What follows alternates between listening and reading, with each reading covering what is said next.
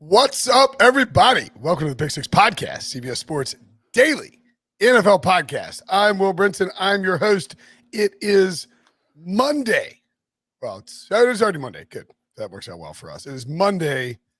I don't know what day it is. What's the date today, Breech? September 27th. That's right, September 27th. You see, Ryan Wilson, joined, of course, by Ryan Wilson and John Breech.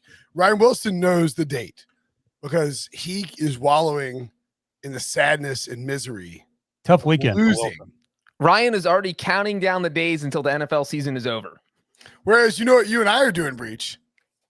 We're wallowing in. That's wrong way. Yeah, giving each other back rubs. We're wallowing in some wins. We got some wins, baby. That's why I got no voice, because I've been screaming out at Carter Finley Stadium all weekend. Breech has his voice because he was just patiently, or I guess crying. I live with a baby, so she's napping during the games. I He can't was yell. bawling during the game. He was so excited between the kickers and the Bengals whipping up on the Steelers. There was too much going on. Crying his eyes out. Well deserved. I see on here that we're going to start with the Ravens and the Lions, but I think we traditionally start with Sunday Night Football. You Breech. You know what? Steelers' choice, buddy. Where do you want to start? I think Ravens-Lions makes sense. A 66-yard field goal. Oh, my God. For those who don't know, Breech is obviously a huge Bengals fan. By the way, if you're watching on YouTube, hit the like button. Like if you're watching this on YouTube, press that like button. The number of viewers should equal the number of likes. Comment, say something about my hair plugs, Wilson's tie, Breech's Bengals jersey. And if you don't already watch on YouTube, you get the shows as soon as they come out, basically, or just right after. God, my voice has been going away like as the day goes longer. Apologies. We'll try and tighten it up for the middle of the season. Brinson, it sounds like you should read romantic novels. That's how hoarse you sound right now. Calamari with club sauce. You guys get that Arrested Development check. Anyway, Ravens 19, Lions 17, heartbreak city for Dan Campbell's knee biters because Justin Tucker made a 66-yard field goal, the longest field goal in NFL history, and it hit the bottom of the upright and popped up and went in. And when you watch the video from the angle of a Tucker's kick, hit the crossbar, not the bottom of the upright. That would be weird. Yeah, with a crossbar. Yeah. Crossbar. Yeah. That makes more sense. Brinson doesn't have field goal terms. When you watch it from that angle, you're like, it's like Lions fans are like, yeah. Oh, and then the guys raise their hand. It's just absolute devastation. So, Breech, on a day in which your Bengals down Ryan Wilson Steelers, you're more excited about this kick than anything else, aren't you? This kick was absolutely insane. I jumped out of my chair. I almost knocked my desk over. I don't have like a giant 7-ton desk like Brinson. It is light enough that I jumped out of my chair. Baby desk. I couldn't even believe. I actually thought that the Ravens might try a Hail Mary because 66 yards is bonkers. I mean, the NFL record was 64 yards. You're talking about 2 yards further back than that. And Justin Tucker had been trying 65-yarders in warmups, and he fell short. So to think that he could come out and somehow hit a 66-yarder it just seemed crazy. He goes out, and to add suspense, Brinson, not only does this ball hit the crossbar, but I guess Tucker did an interview with Mike Florio earlier or late Sunday night, and he said when it hit the crossbar, his stomach dropped because he thought it was going to bounce out. He thought it missed. He thought he had enough juice on it, but once it hit the crossbar, he's like, oh, crap. And then somehow it bounced in, which, like, I don't do physics, but if you've ever seen a football bounce off a crossbar, they usually bounce out. I would say about 85% of the time they bounce out. They don't bounce in and hit the net. That thing bounced about 10 yards. So he gets the 66-yard field goal, the longest one in NFL history, after he already beat the Lions 8 years ago with a 61-yard field goal. And now the poor Lions, there have only been 6 game-winning field goals in NFL history of 61 yards or more. The Lions, 3 of them have come against the Lions. 3 out of 6 in NFL history have come against the Lions, which is just a mind-boggling stat. Tom Dempsey hit the 63-yarder. You can see him if you're watching on YouTube. He hit for the Saints, hit it against the Lions, and then Tucker hit a 61-yarder against the Lions in 2013. By the way, a 63-yarder in 1970 is kind of insane. I mean, every single one of these is from 98 or later, and the two top ones are in Denver. Do you know 1970, like Dempsey, that's wild, man. Do you know the Tom Dempsey sort of angle? Like what made him? What he a toe ball kicker or something? He had like he had a half foot. Yeah, so he had. So his cleat was kind of like metal. It was like kicking literally with a brick. That's right. Brick on the end of your foot. It was like if baseball players used metal bats instead of wooden bats. So that was the angle there. So hey, he used it to his advantage. Now I've watched this replay 712 times since it happened. And it's amazing every single time. Now I will say, because I'm sure there are at least 3 Lions fans listening, that I would be remiss if we did not talk about the controversy on the play before the Tucker field goal, when maybe a delay of game should have been called. And if that had happened, Tucker would have been trying from 71 yards, and I don't think he's hitting a 71-yarder. So what did you guys think? Do you think the officials blew it? Or do you think, because the back judge is supposed to watch the 0 hit and then see if the ball snapped, so there is a delay before he throws a flag. Do you think that's what happened? Well, here's the thing, that gives you wiggle room. But if the whole idea is to take the officials' judgment out of it, why not just double zero? It seems like the easiest thing in the world to change. It's not the rule now, so it doesn't matter. But double zero, it's a penalty. You get it out before double zero, it counts. So I don't know but they always say, you always hear these former officials say, well, it's not actually change the rules. Official. It's like it's sort of like spotting the ball. When they spot the ball, it's I agree with you. I think it's a multi-billion-dollar industry. Like, why don't we figure this out? Here's the other thing. And I said this today because I'm 1,000 years old. We can put a man on the moon, but we can't figure out where the ball is spotted with some microchip inside the football. You have a bunch of old guys. Or what if the quarterback didn't get a snap before double zeros? There's a little shockwave goes through the football. In the league's defense, like sometimes the bodies are piling up. It's hard to see the football. Maybe you put lasers in there, but even those could be off by a few centimeters, which would come, like in a note card game when you're measuring for that first down. But that's still more accurate than some random guy running from the sidelines. Well, hold on, Wilson. What I was going to say, though, is that the play clock is the simple thing. It's not that hard to fix that. If it hits 0, it's a flag. That's it. That's all you got to make the rule. But here's the thing. It sucks for the Lions, and there's no other way. And this sounds crazy to say. This might be their most demoralizing loss. And I don't know their playoff losses, how far you have to go back to find something more demoralizing. But this feels like rock bottom for a team that's sort of been fighting for Dan Campbell. We talk about it every week. Jared Goff is playing much better than we expected. And again, I didn't give Jared Goff credit when he was successful for the Rams, but clearly they moved on from him. Let me ask you this, Breech, because in retrospect, number one, Justin, you guys are huge Hall of Fame guys. Justin Tucker's a first ballot Hall of Famer, no question. Why would you hesitate on that? I mean, he's the best kicker in the history of the NFL. He's 16 for 16 on what's on the fourth quarter kicks, Breech? What is the stat? Something that they showed a graphic at the end of the game. 16 for 16 on fourth quarter kicks with like less than 2 minutes ago, whatever it was. But I don't think Adam Vinatieri's he's better than Adam Vinatieri. It's not even close. Vinatieri is the first. I think will be a first ballot Hall of Famer, and I think Justin Tucker also will. But since there aren't really any kickers, I think Juan Centerud's the only natural true kicker in the Hall of Fame. It's tough to say how the selection it all depends on who they're on, when they retire and who they have to battle with. They'll push a kicker back a year for a good quarterback. Best player in his position, and it's not even close. It's super weird that you rip us for Hall of Fame takes, and you're like, Justin Tucker, obviously a first ballot Hall of Famer. Best player to pick a player, the best player in his position in any other position, their first Tom ballot Brady. Hall of Famers. First ballot Hall of Famer. There you go. You don't know how that works. I mean, I agree with you, Wilson. I think Tucker is a Hall of Famer. Let me ask Breech one more question. He's a Hall of Famer. I just don't know if he'll be a first ballot. Stop it. Let me ask both of you these questions, but Breech can go first because this is his night for several reasons. Yes. I'm third this week with the NC State winning, and I've got nothing going for me.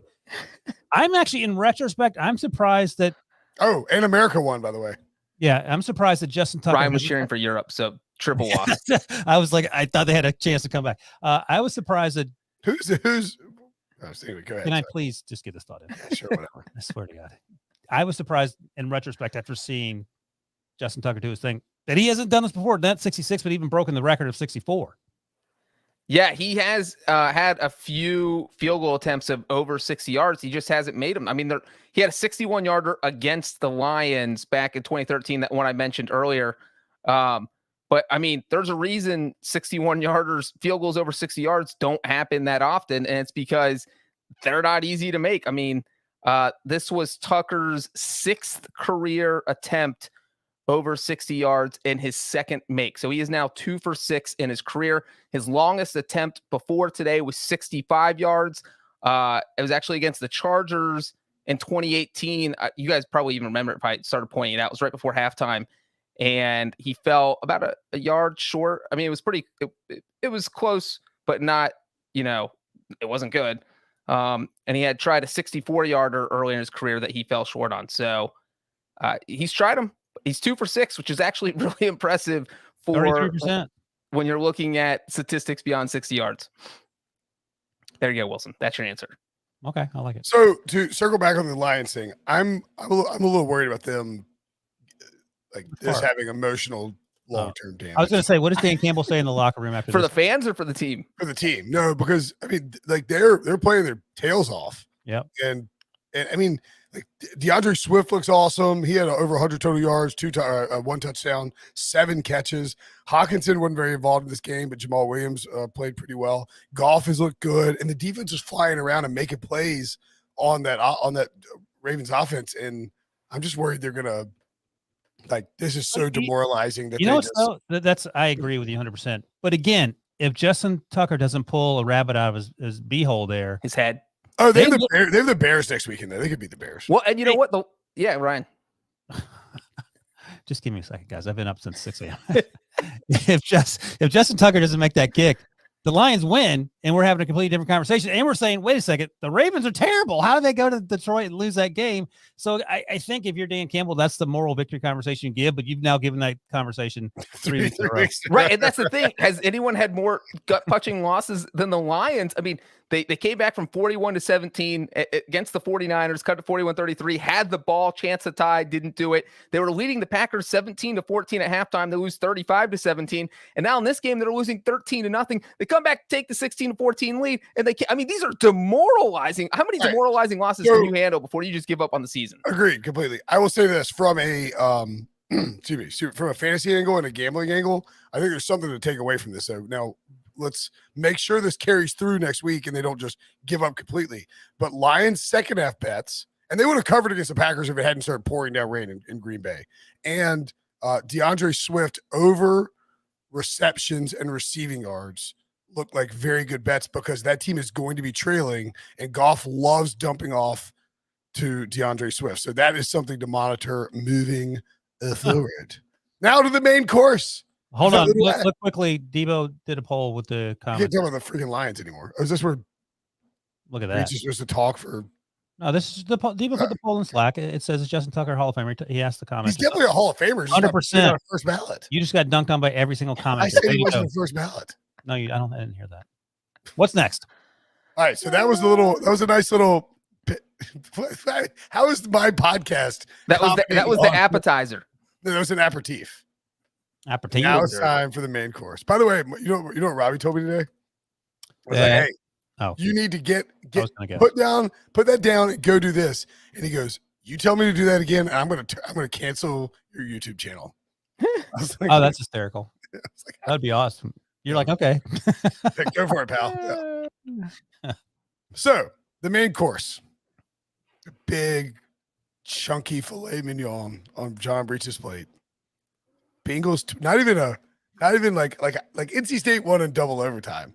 So it was wild. It was crazy. The Bengals won in the second quarter. The Bengals just kicked the Steelers' ass, 24-10. Old man Roethlisberger looked like trash. The question he should have been in a wheelchair. On everybody's mind is not for Breech, but it's for Wilson. Where's your tattoo? I got asked that. I'm in Stanford. I've been asked that question several times, and my response, as you might imagine, Breech, is that Butthole Breech won't do his part. I'm waiting. Well, hold on. So we were talking about an image, and then Wilson decided he doesn't want a graphic. He just wants words. No, that's not what I said. I said you have to give me the image, and I can either. You get like Ryan M.F. Finley or Ryan M.F. and Finley or something. Yeah, I think now you should just get a Ben Roethlisberger tombstone. Worse. That's to rest in peace, Ben's career. Let's just switch the whole idea, and that way you can be like, it's a Steelers tattoo. Breech, you do need to get this taken care of. All right, let's get in the game because this podcast is too long. My voice. Okay. So anyway, here's the thing. That game was never close. Oh, never close. And Brinson, you were just 12 months early. You say 1,000 things every day, so you get one of these things right. But Steelers finishing last feels like a certainty at this point. I know. I was a year early. A year early. They are dog doo-doo straight up. And the good thing for me, like I said this back in week 1 or maybe last week, I didn't watch the Steelers game because I don't have DirecTV this year when I was at home. And it's sort of being detached is a good thing for me. I was completely detached watching this game because I was here in Stanford watching a bunch of other games as well. At no point do they have a chance. And Breech, you watched probably closer than I did. How terrible did the Steelers offense look? They look like the worst Bengals offense of the last 30 years. Well, first, let me say the roller coaster of emotions I went through, because obviously, as a Bengals fan going into a Steelers game, you automatically think they're going to lose. It doesn't matter the situation. Second, I mean, I picked them to win. Brinson picked them to win. You picked the Bengals. I feel like in the Wilson. third quarter at 24-7. No, well, hold on. No. What are you writing? Hold It's on. a small world. Like, Can I finish, Brinson? Come on, they can do it. On the Bengals' second possession, Joe Burrow gets intercepted, and I was just like, oh my God, here we go again. It was still 0-0. And I thought for sure the Steelers were going to turn that into a touchdown. It was going to be 7-0. The route was going to be on, and all this talk about the Bengals being good was going to go out the door. Then you know who changed my mind? Ryan's boy, Ben Roethlisberger. Literally 3 plays later, he throws interception right back. The Bengals get a touchdown. And then I was like, there's no way, literally no way they're losing this game. Steelers couldn't get any pressure. And I know TJ Watt was out, but was that surprising you, Ryan? That their 75-game sack streak ended against the Bengals offensive line? This is going to be a bad, like Doug Hodges and Mason Rudolph were better than the team they have here. And Alex Highsmith was out as well. Their third-round pick from a year ago who's been really good, but he's got a groin. Everyone on the team has a groin injury. Someone needs to kick Big Ben in the groin and get him out of the game. But here's the thing. Like, one of the worst interceptions I've seen at any level in the last 200 years was the Big Ben, the second interception to Logan Wilson. I made the joke that he needs to talk to James about getting that LASIK surgery, because I don't know how you throw that interception 5 yards in front of you right to the Bengals linebacker. He is terrible. The offensive line is a mess because they're young and whatever. The defense has injuries.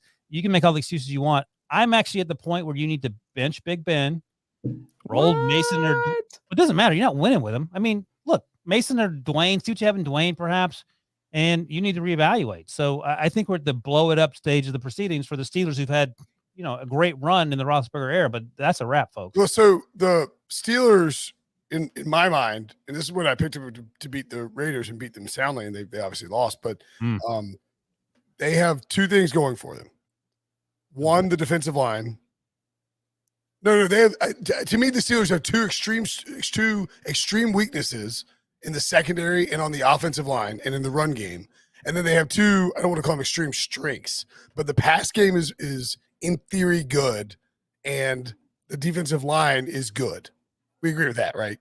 Defense is good, but if your quarterback can't throw the ball over, when you pull J.J. Watt out, that defensive line is not good, and suddenly the defense sucks. Okay, but they've had a guy, Alu broke his ankle last week, so he's Alu's a problem. Tuitt's banged up too.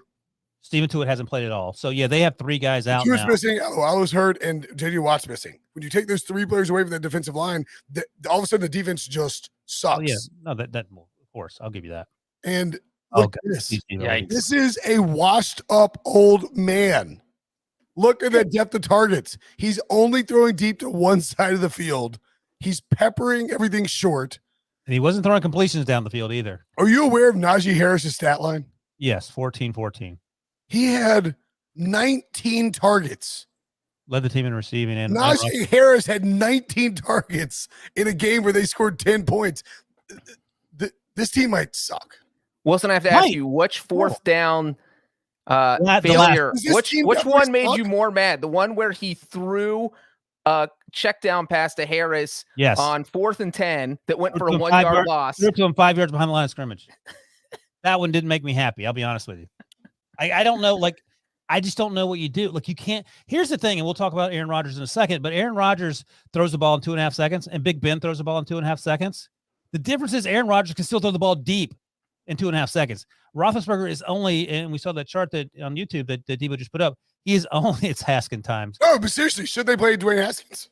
I just said, play Dwayne or Mason. You can't bench Ben, though, can you? Like, do you think Tomlin is going to, they brought him back. They went through all that hoo-ha. You think they have he needs to actually really fake an injury for once. Like, fake a permanent injury and just retire and walk Let me away. ask you this, Brinson. If you're Mike Tomlin, who has never had a losing season since being the head coach in 2007, are you willing, pride or otherwise, to leave Big Ben out there knowing full well you were going to win 5 football games and you personally, your record's going to be that's going to be a blemish on your record? Or do you take a chance with Mason or even Dwayne Haskins, who probably isn't better than Mason at this point? I don't think I'm starting Mason just because we know what there's a Bengals. I love it. There's a Bengals podcast in the comments like loving Breech's dance party.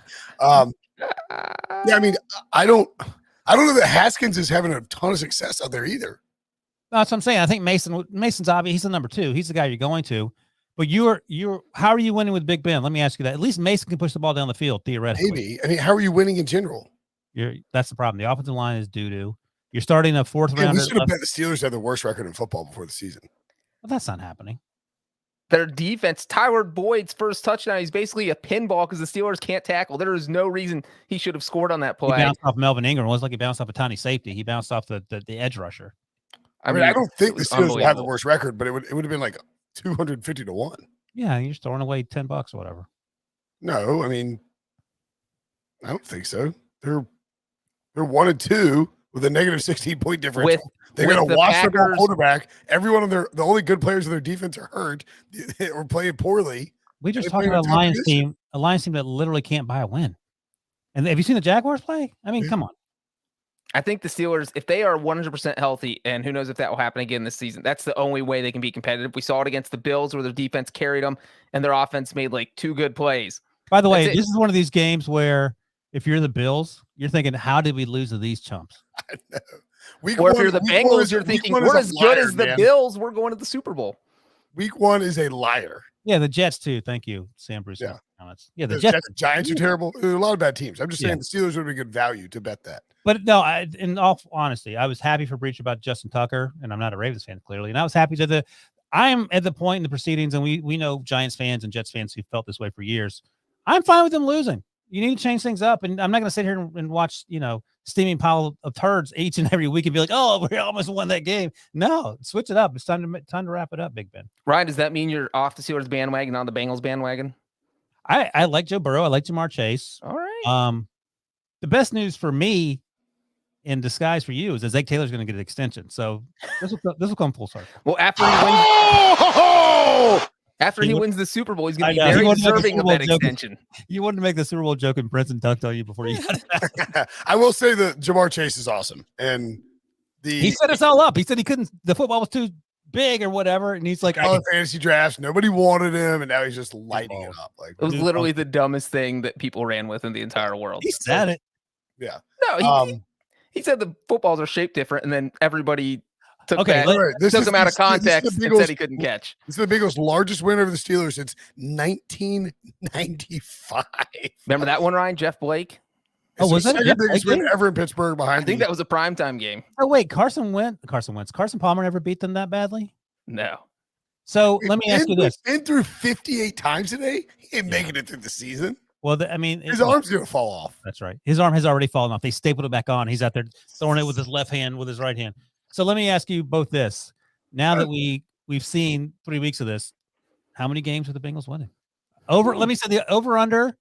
Well, they're going to hit their over on the win total for sure. Well, my preseason prediction of 9 that you guys laughed at, and we went through the entire schedule, doesn't seem so crazy now. Over-under 9.5. I got to see the schedule. I'll take under, but I think it'll be 9. No way. Are you guys serious? They just beat a terrible Steelers. They beat the Lions of the AFC North. Well, they still get to play the Steelers again if the Steelers are so terrible. They play the Lions of the NFC North. They play the Jets. They play Jacksonville. I mean, what if they lose all those games? How you feel then, Breech? Well, then I won't show up on the podcast, certainly wearing any Bengal stuff. Is that a Breech original? It is a Breech original. It fit the theme of the night. It's Bengals, and it's a kicker. Got the kickers. Yeah, 2 for 2. 2 for 2. It's Sunday for Breech. All right, what else? I'm just watching the episode of 1 with the Pack beating Clemson. Oh, okay. So wait. We asked the Bengals could get to 9 wins, but what about the Steelers? Are they going 6-11? Yes. Well, I'll say this. I do think that I don't know how they're getting 6 wins unless, to your point, Breech, they're healthy. I methink obviously the Steelers don't look like a playoff team, but what? What? The Bengals, the Ravens don't. I mean, the Ravens. We just talked about it, they almost lost to the Lions. They don't look that good. I think, what are the Bengals and the Browns are the playoff teams in the AFC North? well, that's not happening. There's only going to be one team, and it's going to be the Browns. No, Well, there's going I to be think it's two multiple. from the AFC North. There's going to be two AFC North teams in the playoff. They're not going to go from 3 to 1. You're No, getting you're right. There's one going to be two, but You're getting one from the What? South and one from the East. So you're more than likely to get two from the West. you might and be two getting one from the West. Well, I mean, what? No. I mean, no. Well, let's talk about that then. It's on the rundown of the order. Who cares? Sorry, Debo. We're gonna go Chargers, Chiefs, Chargers. Whoop, whoop. For the first time in. Well, they last week 17 they beat them. No, they beat him back-to-back games for the first time in since 2003. And here's the thing: Chargers hadn't beat the Chiefs back-to-back games since 2003. The Chiefs are under 500 for the first time since week 10 in 2015. That's so long ago that Breech was talking about Andy Dalton as an MVP candidate. The Panthers were 9-0. The defensive players of the year, the defensive players of the week, that week were Bakari Rambo and Terrence Newman. And this is how old it is. You know who led the league in receiving that week? Don't. Martavis Bryant. What? 178 yards against the Browns. My goodness. Holy Yeah, gosh. that's how old it was. That was a lifetime ago. 500 or better in their past 89 straight games, the 10th longest streak in NFL history. They are in dead ass last place by themselves in the AFC West. It is crazy. Here's the thing: you say twice in a row for the first time since 2003 that the Chargers beat the Chiefs. We talked about this 53 weeks ago. Week 2, they had a chance. Justin Herbert's first start to beat the Chargers in LA. Anthony Lynn sort of did some Anthony Lynn things late game. There's an interception by Justin Herbert, but they should have won that game. So it could have been 3 games in a row. And oh, by the way, Breech, remember in the preseason when my bold prediction was Justin Herbert's going to win the MVP, and you said, what? There's a caveat. You got to win the division. They're looking a little better than the Chiefs right now to win the division. Although they're third place in the division still, right I was now. going to say, they're tied for, they're in second. There's two teams tied for first, but nice try. The thing about this game is, I mean, Justin Herbert played awesome, but again, it was just Patrick Mahomes made another dumb mistake that basically cost his team the game, and that was that interception in the fourth quarter with 2 minutes left. I have no idea what he was doing. I think Travis Kelce stopped his route, and that if you watch the replay, Travis Kelce sort of puts his head, he bends over, and he's like he sort of messed up. Well, you don't usually see Travis Kelce and Patrick Mahomes make that type of mistake because they're almost always on the same page. And for Mahomes to do that in 2 straight weeks was unbelievable. I thought more infuriating for me, that wasn't infuriating, that was perplexing, but infuriating for me, why are you throwing a no-look pass when you don't need to throw a no-look pass in the first half to a tight end that you don't throw the ball to at all, and it clangs off his hands? He should have caught it, Marcus Kemp. He didn't. But there's no reason to throw a no-look pass when your tight end in the middle of the field is wide-ass open, and then that leads to a red zone turnover. Asante Samuel, his second interception in as many weeks. I'm more upset by that if I'm a Chiefs fan. Sure. I mean, Chiefs defense is bad, man. And the Chargers had Mahomes. How much do we put, like, because Andy Reid went to the hospital after this game. Do we take that into account at all? No. I think dehydration is what the word was, but the Chiefs released a statement afterwards saying that he's doing okay. No, he's fine. Yeah, he's in stable condition, all that. But I mean, if you go to the hospital after a game, your performance is probably affected during the game. Yeah, I mean, if you told me Big Ben went to the hospital, that would explain everything. I say that, like, the Chiefs' offense was horrible. Yeah, and Andy Reid went to the hospital after the game. Like, I don't think that's a coincidence. Well, they didn't play well last week either. I mean, we just saw the stat that Debo put up that they're terrible against the spread the last 15 games. So the offense hasn't been. I mean, obviously the defense isn't where they want it to be, but the offense isn't nearly the offense that we've seen. And Eric Casillas made this point: the team that loses the Super Bowl always lays an egg the following year. That's not actually true. People say that it's not true. Well, it ain't going too great for the Chiefs right now. I just said it ain't going great for the Chiefs. They're 1-2. So whether it's true or not, it's true. All right. So what is our panic level on the Chiefs on a 1 to 10 scale? Because I'm at a 0.35. They got to quit turning the ball over, and until they've done it 2 weeks in a row, and it's cost them games. I mean, they're obviously one of the most talented teams in the NFL, but they've just lost 2 in a row. Okay, I'm a little bit higher. I'll go 1.35 because they're at the Eagles, Bills at home, at, 3 of the next 4 on the road. at Washington, at Titans, Giants at home, Packers at home. Their next 6 games. I mean, they're favored in all those games. Ravens are playing great, and the Raiders are playing great. The Broncos are finding ways to win football games. The Chargers, I think, might be the best team in this division as we sit here. Hey, but this is the freaking year I didn't pick somebody else to win this division. So annoying. But again, a month from now, it could all be For sure. Chiefs. I think also one What thing if- that's what- crazy what- about what happened in this game at the end is that John Harbaugh might have started a trend with this going forward on 4th down in a situation where most coaches probably wouldn't, just to keep Patrick Mahomes off the field. Because you could see Brandon Staley on the sideline thinking, man, I've watched a lot of Chargers games, and the Chargers always charger this up, and they lose, and I'm not going to let that happen. And they go for it on 4th and 4, only to be called for a false start, still go for it on 4th and 9, and then obviously score that touchdown. And then they almost charged it up anyway because they missed the extra point. All right. So if we were setting odds for the AFC West right now, Ooh. yeah. I was trying to look it up. They're not up because it's too late. And all Is that. Chiefs minus 150? Is that enough? I would like a piece of that. If it's Chiefs minus anything under 200, I would be interested in. I mean, they're what? One. I mean, they're obviously, you know, the What are the Raiders, and Chargers? the Raiders and the Broncos are 3-0, but I don't feel like the Raiders and the Broncos. Broncos are plus what? Paper tiger? 160? Plus 160 on the Broncos? Oh. 29% of our poll, 43% say the Chargers. Wow. Ooh. There we go. That's what I'm talking about. And there's no way the Chargers are favored to win the division right now, right? No, I think minus 150 for No. the Chiefs. I think the Chargers are like minus 110. No, it's usually minus and then a plus. So it'd be like plus Does it have to be? 115 or something like that. Usually, yeah. That's pretty close to even. I mean, yes. In our general minds, as a donkey better or non-better, it doesn't seem like much. But if you would told some sharp person like, oh yeah, 30 cents or whatever, so I mean, they would yell at you. But yes, Yes. I agree, general with you. So let's say it's Chiefs minus 160. Yikes. I mean, I would take 160, right? Right? Yeah. Yeah, I For think like, so. like maybe put a month- firstborn child on it. a month from now, it's going to be a lot different. But what if it's a lot different the other way? That's what I would like to see. Just parity. The crazy thing is that they are literally the Browns punter not bobbling a snap from being 0-3. Ooh, Yeah, that's a good point, Breech. mama.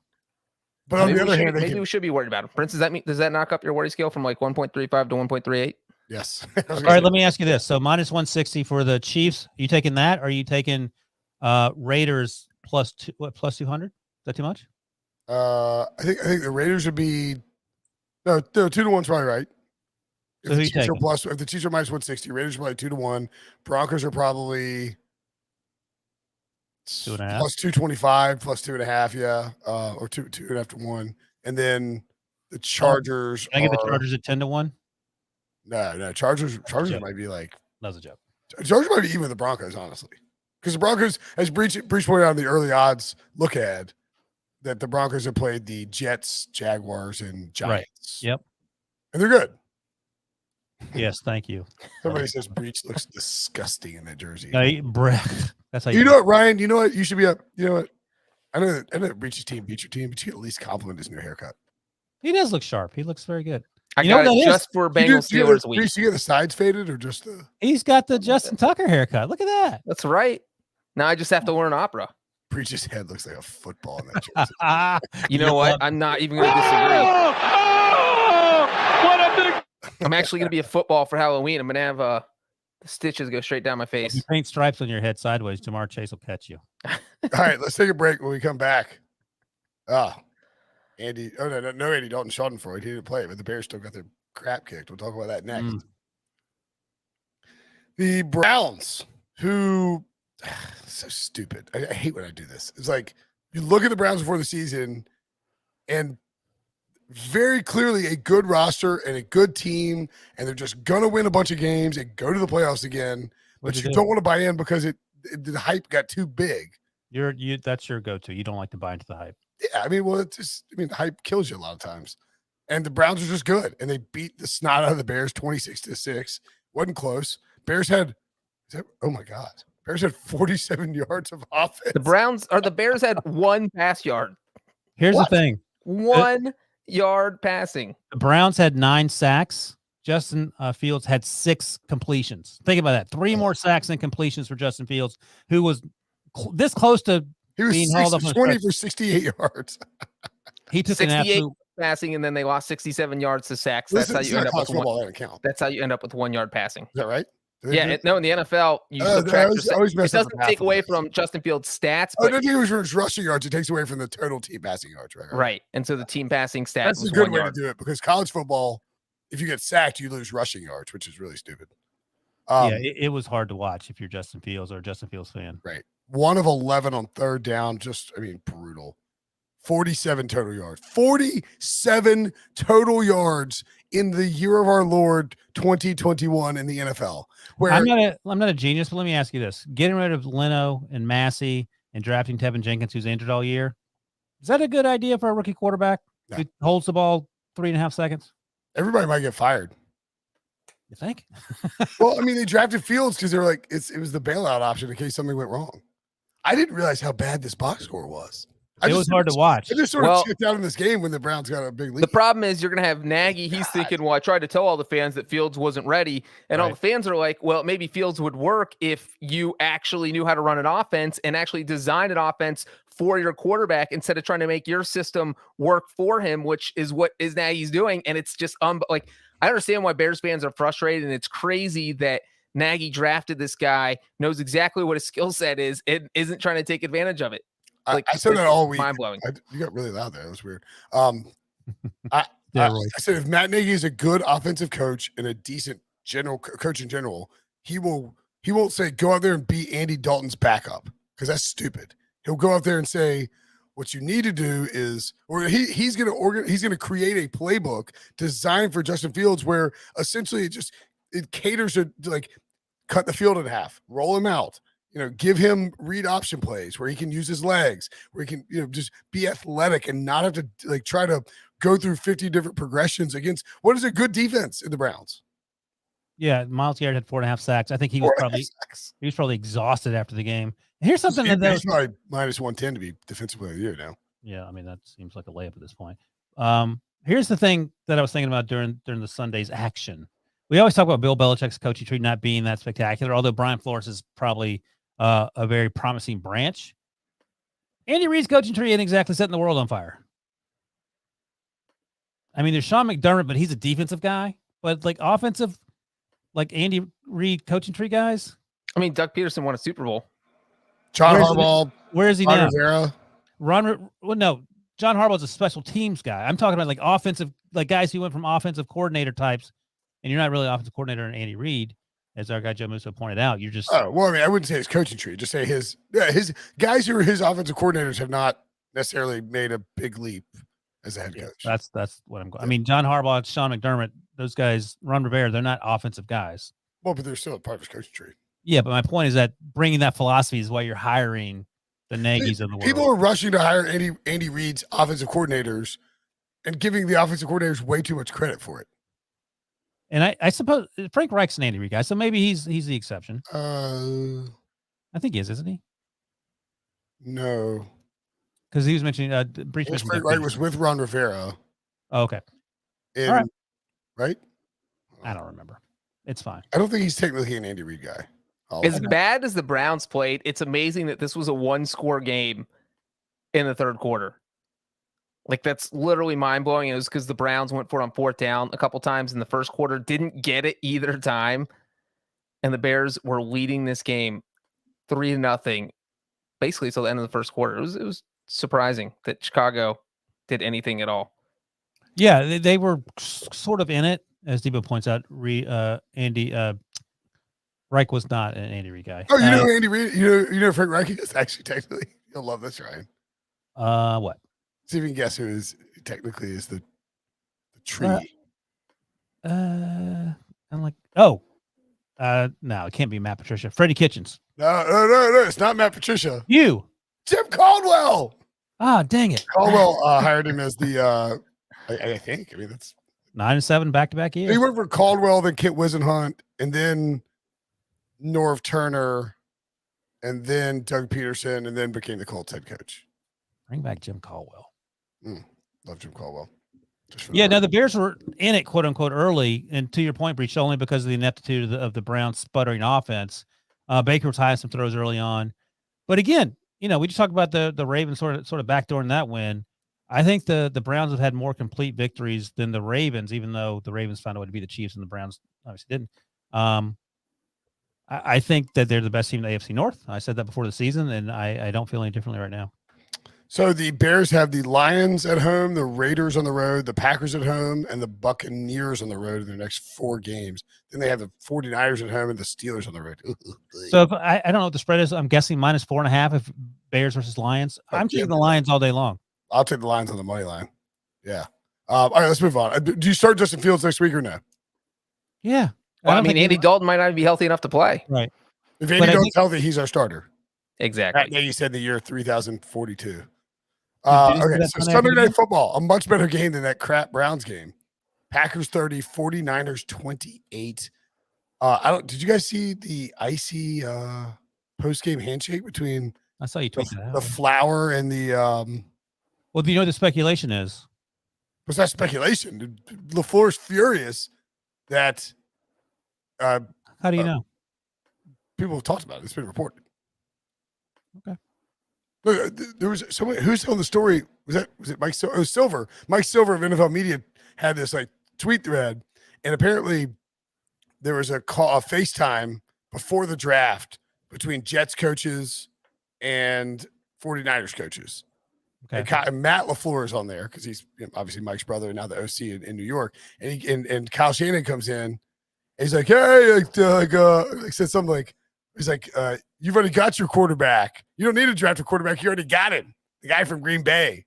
He's like, he's like, tell your brother to call me. He's like, yeah, about that. Or something along those lines. It got awkward. And like Kyle Shanahan and Mike LaFleur are boys, like friends. And they were not talking at midfield. Matt LaFleur. Shanahan's post-game quote was, quote, I think I was pissed about the game. It ended on the last play. I wasn't trying to hang out too long in the middle of the field, unquote. What last play was he angry about? They won. No, Shanahan said that. Shanahan LaFleur said that. Correct. Okay. Yeah, well, no one was. Brinson wasn't. At least we tweeted out. You guys are all bearing the lead. This is another kicker game that ended on an amazing kick. 51-yard field goal from Mason Crosby. My goodness. Yeah, I have a couple. I mean, that was amazing. I didn't think he was going to make it. He smoked it. And credit to Mason Crosby. Here's my question. I have several questions. It was a great game to watch. Very exciting. Great one in week 3 on Sunday night. Anyway, why is Davante Adams out there after he got knocked out? Like, I mean, what is this 1987? Like, what do we do? He was clearly. I mean, I'm not a doctor. I didn't check him out in the blue tent. He looked to me to be out the way he was laying on the field with his eyes like half gazed and his mouth open after, he got clocked by Jimmy Ward. I'm not a doctor, but he looked fine on the final drive. That's funny and all, but the reality is you have neurologists on the sidelines, and like clearly they cleared him. But if someone gets knocked out, you send him back in 5 minutes later. This would have been a whole bad. I mean, it was a bad look for the NFL anyway. But the fact that play didn't get flagged, I mean, that was literally the most obvious penalty. Why? Why was that a penalty? Because he got hot. He got hit in the head. There's horrendous. He took a head-to-head shot. There's a head-to-head shot. Hold on. First of all, shoulder hit his sternum, we'll say. And then helmet hit helmet. Hold on. Let me finish. Hold on. And simultaneously, his side of his helmet hit his chin. It didn't hit him in the head. It wasn't leading with the crown of your helmet. And you did not answer my question. Why is he back out there, whether it's a penalty or not? I would agree. He was back out there way too soon. But he should not have been out there again. So in college football, the way it works is that's a targeting in college football. Yeah, he's ejected his 15 yards. If they were to review that and it was college football, could have reviewed it. They would have reviewed it. Been suspended for life. No, he would have reviewed. He would have reviewed it. 15 yards, and he's ejected. And yes, they said Davante Adams was asked afterwards. He's like, I did not have a concussion. I'm playing next week. But yeah, it's crazy that he was back out there 2 plays later. If that's Marquez Valdez-Scantling, he's not back out there. Or if you look at the stat line, Aaron Rodgers was throwing to one person. He was throwing to Davante Adams, and Davante Adams concussed or not. And the 49ers lost all their cornerbacks, and so Rodgers just feed it to Adams, and they're just playing one-on-one coverage against him. Yeah, but you can't. I mean, they're playing zone in the last drive, and he's wide ass open to set up that game winner. And again, to Mason Crosby's credit, he had to kick the 51-yarder. He did it. Yeah, so 75%. Rodgers in prime time. Oh boy, these are anti-Andy Dalton numbers. 8-0 in prime time, 75% completion, 26-1 pass touchdowns to interception ratio. Eesh, I can't believe they won that game. They And were afterwards- 17-0. I was so, like, here's the thing is that when the 49ers scored their game-winning touchdown, look, I know you cannot control when you get a touchdown. You kind of have to take it when you can. 34 seconds, no timeouts, though. I think you're But getting to the 1-yard line, if Juszczyk would have gone down and gotten tackled, you have 3 timeouts at the 1-yard line.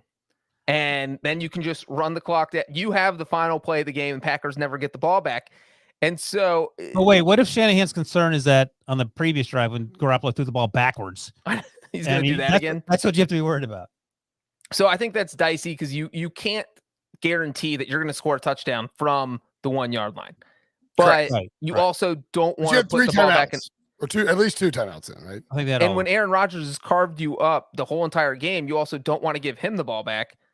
So I would have felt better having the ball at the 1-yard line with 3 timeouts than scoring with 37 seconds left and Aaron Rodgers having the ball. I don't know. And I will say one other thing about that is that the 49ers should have squib kicked it after that touchdown. That's why you squib kick it, is to run time off, because it has to be fielded in the field of play. Right. It burns at least 80, like some seconds, and the other team doesn't have any timeouts. And if you kick a touchback, 0 time goes off the clock, and they start the 25. I mean, squib kick, the guy might fall in at the 15. They don't even get to the 25. Correct. So I don't know what Shanahan is just like.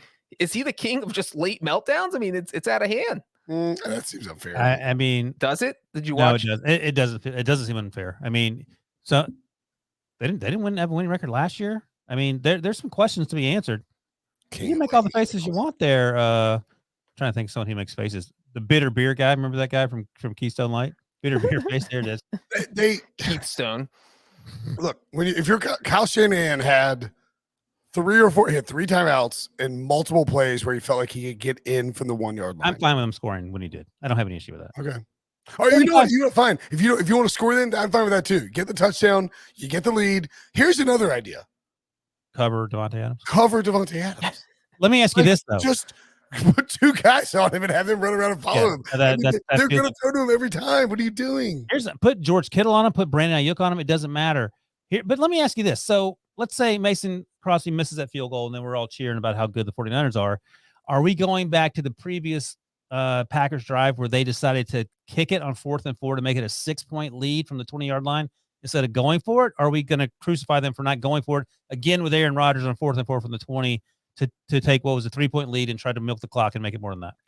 I mean, I don't think Kyle Shanahan was punting for 4th and 1 at midfield. So I don't know. And that's not quite as bad as what Florida in the NFC. I think by kicking a field goal on 4th and 4, you're making it so the 49ers have to score a touchdown. If you go for it and don't get it, then the 49ers just need a field goal, which changes the complexion of the game. So I feel that's exactly what I said. I said that I don't trust Jimmy Garoppolo, but he came down and led a touchdown. And the analytics agree with you, Breech, because it was 79% from our buddy Ben Baldwin that kicking gives you the best chance to win.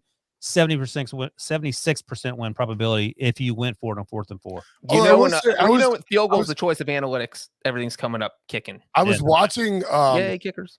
Ryan and our buddy Jonathan, right from the podcast, Jonathan Jones on CBS Sports HQ with Eric Casillas. And JJ said at the end, he was like, Jimmy Garoppolo is making all the throws. Was he? That last drive, I think, is what he meant. He meant the last drive, but I feel like Jimmy was fine. I felt like it was more like George Kittle was like, I'm getting first downs. I'm getting open. I'm getting first downs. Shanahan said after the game that he was happy the way he played with the way that the Packers defense was really good in this game too. But I'm with you. Like, I wasn't loving Jimmy G threw that interception. Shanahan said, that was a great play by the safety. He was and Ayuk dropped the ball in the first half. That annoyed me. I want him to play better. He's not playing better. Deebo Samuel's making medicine ball catches over the middle. I wasn't blown away with the way Jimmy G played, and that backwards fumble. That's like unacceptable. Where was this Packers defense the first 2 weeks? That I expected the 49ers to go up and down the field after the Packers get 38 points in New Orleans. They looked bad for 2.5 quarters against the Lions. It was just mind-blowing. By the way, they're on their 3rd left tackle. The big concern was the Packers offensive line coming. That was not the issue. The issue was No. 49ers not being able to keep Jimmy G upright. He would look very uncomfortable in the pocket. The big takeaway from this game is that the concern over the week 1 offseason hangover against the Saints is largely overblown and not an issue. Well, like I said earlier, the difference between Big Ben and Aaron Rodgers, they both throw the ball in a half a second. Aaron Rodgers still throwing deep. Big Ben's not throwing it more than 2 yards past the line of scrimmage, and that's a huge difference when you're trying to stretch defenses. And the Pittsburgh receivers are good, but they're not Devontae Adams, who is just scorching cornerbacks. And would you rather have Roethlisberger. Chase Claypool, Deontay Johnson, Juju Smith-Schuster, or Devontae Adams? Do I get Alan Lizard and Yeah, you get Lizard and yes too? Yeah, you get the I'll same. take the Packers guys. I think so too. Claypool's awesome. Deontay has too many drops. I mean, Adams is you just feed Adams over and over and over again. He was 7-1 for first touchdown. What are we doing? That's ridiculous. I thought, okay, we'll move on to the next game. I'll linger on the 49ers. Devo hates the 49ers. Something about he's like Matt LaFleur's buddy. They beat the Eagles last week. That's why he's still sour about that. Rams 34, Bucs 24. The Bucs has their first loss since week 12 of 2020, which is pretty wild. The Rams now move to 40-0 and leading at halftime under Sean McVay, which is also wild. Matthew Stafford tied with Kurt Warner for most passing touchdowns through 3 games in franchise history, aka 1999 Kurt Warner. I don't know if you guys knew this. Kurt Warner later would win MVP, would win a Super Bowl, would win a Super Bowl MVP, and then would go to the Hall of Fame. And fun fact, that was the last time an MVP won the Super Bowl. Oh, that's good. That's 1999. Oh, you write that post every year. Were you more impressed, Wilson, with the Rams, or less impressed with the Bucs? Rams, because I was convinced that the Buccaneers. I think we all were that the Buccaneers were going to win this game. Yep. I picked the Rams. Okay, good for you, Breech. You've had everything I picked this week just turned up right, so it makes sense. I picked the Rams because here was my reasoning. Matthew Stafford and Sean McVay are on the same page, but I feel like a year into Bruce Arians' offense, Tom Brady and Bruce Arians and Byron Leftwich are on the same page.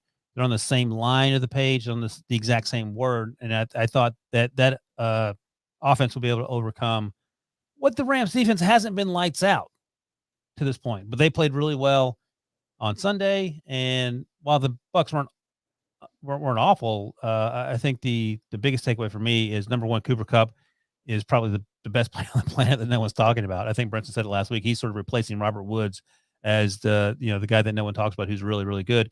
Deshaun Jackson looks like he's 22 years old, not 32. Credit to him for getting into the end zone, not dropping the ball at the 1-inch line. Brings back flashbacks for Debo. And I think there's a lot to like there, what the Rams are doing. And a division now that feels sort of like the Chiefs. It feels weird to see the Seahawks at 1-2 while the Rams are just rolling. Yeah, I mean, the Rams look unstoppable. I feel like that's what we thought when they signed Matthew Stafford. That's certainly what Sean McVay thought. He was like, if I get rid of Jared Goff and get a good quarterback in here, we're going to beat everyone. And, the reason I picked the Rams in this game, because it felt like there was no way the Buccaneers defense was going to be able to stop them. Especially, we've seen the Buccaneers struggle through the first 2 weeks. They gave up 29 points to the Cowboys. They had 3 rough quarters against the Falcons. Of all teams, the Atlanta Falcons gave the Buccaneers fits for 3 quarters. And it just felt like the Rams have too many weapons. And also the Buccaneers can't run the ball. So they're going to be one-dimensional. And if you're going to drop back and pass on every play, Aaron Donald's going to get you. He's going to put pressure on you. And, if you're 44 years old, I don't care if you're Tom Brady. If you have that defensive line bearing down on you for 4 straight quarters, it's going to wear on you. And it did. And, I mean, the Rams were the way better team in this game. You want to hear a fun fact? Uh-oh. Love to. The last 2 times that Tom Brady has lost to the Rams, 2001 and 2020, Tom Brady won the Super Bowl. Ooh. So take that. That is a fun fact. Right. You're saying last year and then 2021? 2001. Last year and 2001? Yeah. He lost to the Rams in the regular season. Is this you making your pick for the Super Bowl right now, the Buccaneers? No, I'm sticking with my original pick, Packers and Bills. I'm back on that. How much more informed, and this is the same for me too, or like anybody, but like 100%. When you spend the entire day watching all the games in the office and like people are firing stats at you, you feel like you watched every minute of every game, and you watch it at home. and your wife's yelling at you because you gotta go cook a pizza or something. You're like, Yeah, you're warming up something in the microwave. Yeah, like I miss. Yeah, exactly. Yeah, great fun fact, Wilson. Thank you. I forgot that I guess I had forgotten they played the Rams, but yeah, you're right. They lost. And this ended the Buccaneers streak of 9 straight games with 30 or more points, which had been an NFL record. No, that's not true. The NFL record is 12, set by Peyton Manning. No, 9 straight wins with 30 or more points. Oh, wins. Okay, I guess I dunked on myself. Dunk. Fire that you can't. I'm not even sure he said wins the first time. But he did because that's a stat that I actually had seen earlier. He's right about that. Here's where I messed up on this game, and I was all in on the Bucs because I believe that Me too.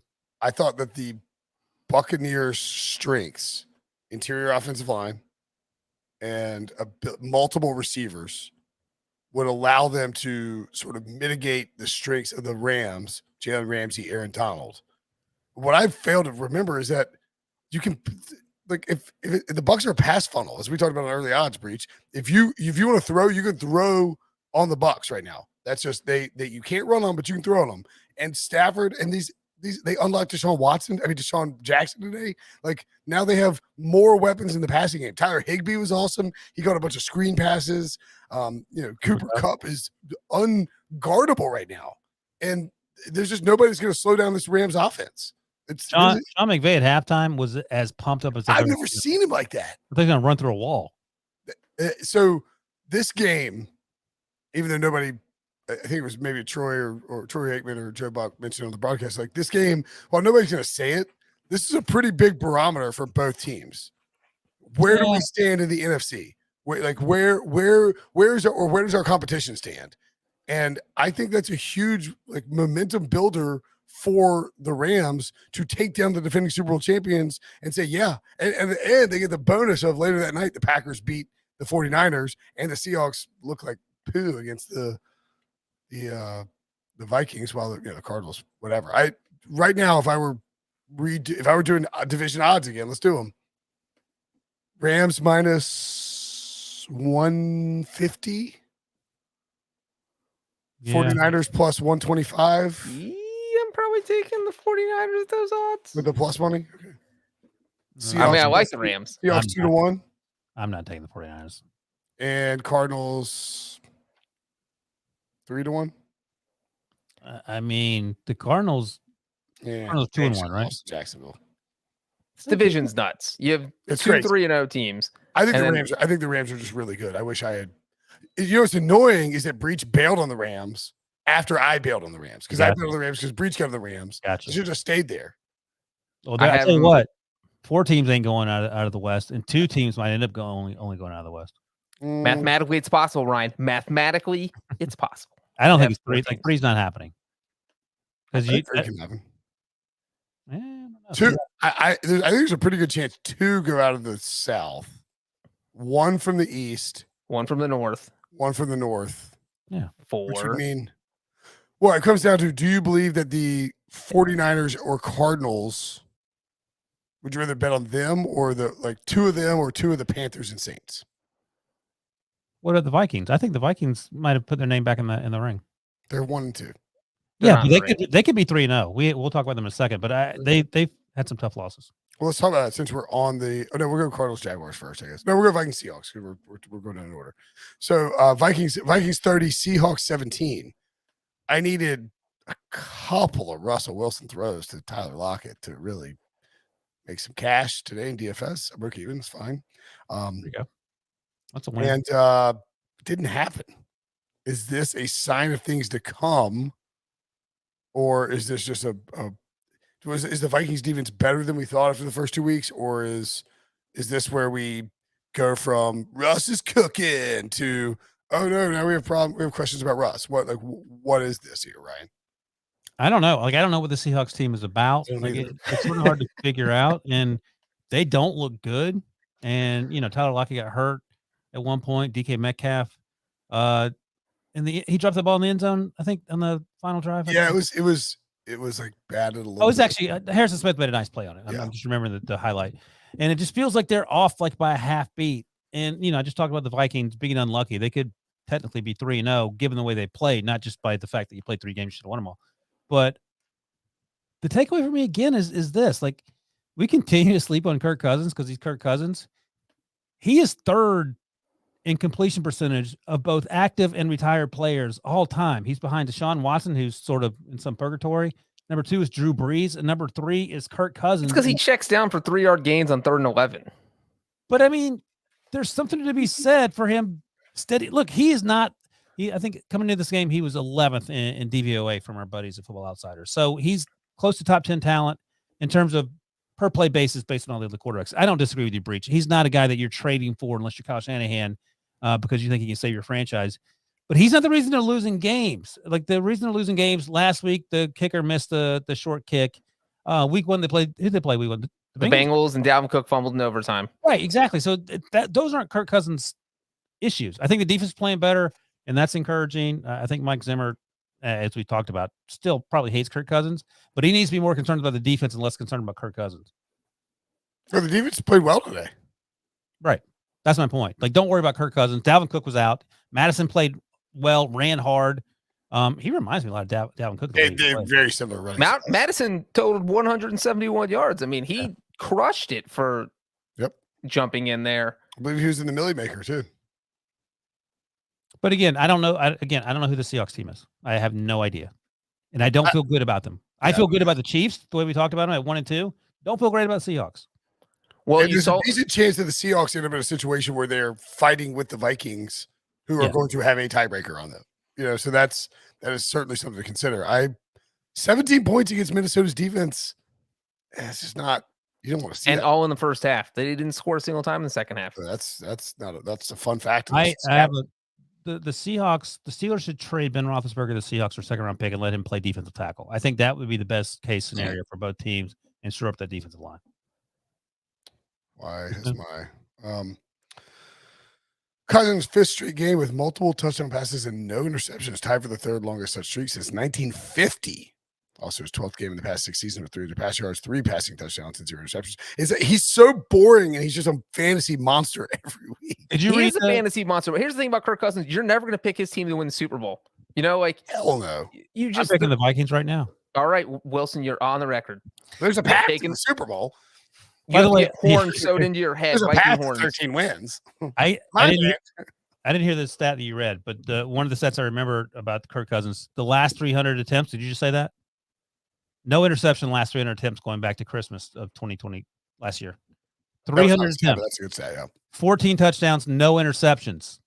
I mean, that's bonkers. You're right. He's captain check down, but he pushes the ball down the field. He's not. He's got JJ. He's got Thielen. So you're overselling him. Tyler Conklin was good in this game. Who's that? Tyler Conklin, the tight end. Oh, okay. He was good. He was a guy that when Irv Smith got hurt, he was supposed to replace him, and then they started moving these 3 wide receiver sets more often. Now Conklin got more involved in this game and looked good. All right. Cardinals 31, Jaguars 19. I don't know how you screw this up if you're the Jaguars, because Cliff Kingsbury attempted a 68, ironically on the day that Justin Tucker made a 66-yard field goal. He attempted a 68-yard field goal at halftime.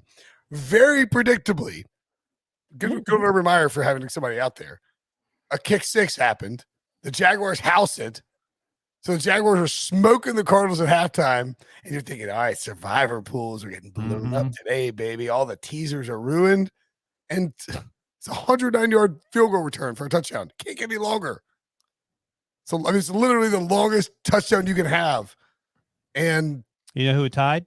2 guys. Antonio Cromartie, Cordero Patterson. All right. Good job. Boom. I know my kick. Jaguars are now history. 8 losses away from tying the putrid Browns, creamsicle Tampa Bay Buccaneers. Oh, gosh. 26 consecutive losses in the Super Bowl era. The Jaguars are at 18. The 07-09 Lions got to 19. Do the Jaguars get there, Breech? I am going to say, how many? If they lose 8 more? Yeah. Man, the way they played. Look, the Cardinals spotted them. Like, it was 19-10 in the third quarter because the Cardinals were just giving them points and trying to give them the game. Kyler Murray threw an interception at one point. Obviously, the kick 6. And I was at 19-10. I was thinking, my God, the Jags have a chance here to pull off this upset. And then we just see the most atrocious pick six thrown by Trevor Lawrence, possibly the worst pick six of all time. It was on a flea flicker. Jacksonville calls a flea flicker, which, for most teams, this works. Not for Jacksonville, because then Trevor Lawrence makes the worst throw ever. He throws off his back foot and the ball comes What up was 3 worse, yards. the play call or the throw? The throw. I mean, the play call, it's a fine play call. No, it's not a fine play call. Throw the ball out of bounds, throw it over the receiver's head. Don't throw it 4 yards short of the receiver. On What a flea flicker. What does it matter? Okay, I'll pose It doesn't matter. Flea flicker's a gimmick, gadget, adorable, cute play. Oh, let me put it to you this way: how many friggin' flea flicker end around on Saturday? How many flea flickers end in an interception because you underthrew it by 5 yards on a 20-yard out? I mean, probably more than you think. No, just one. A flea flicker inherently invites unnecessary pressure and variance to the play for the quarterback. Before the pick six, though, the Jacksonville was winning 19-17, and the pick six gave the Cardinals a 24-19 lead. And after that, it was like, this game's over. You can turn it off. There's no way Jacksonville was going to stay in the game. Flea flicker was horribly timed. Yeah, I think you're overselling it. I'll put the question to both of you again. 17 and a half months, Breech. Urban Meyer still there? Yes. You're crazy. You're absolutely crazy. You are on drugs. Take a drug test. Are you? Brinson, Yes. He was scratching on this little. Yes. Oh, you were. What do you think, Brinson? I thought you were frozen. Going yes. He could have been. It was weird. I don't know. 17. So a year and a half. But I'm just going. I've been saying 18 makes months. It through his second year. And is he like in? Not present. He finishes his second year.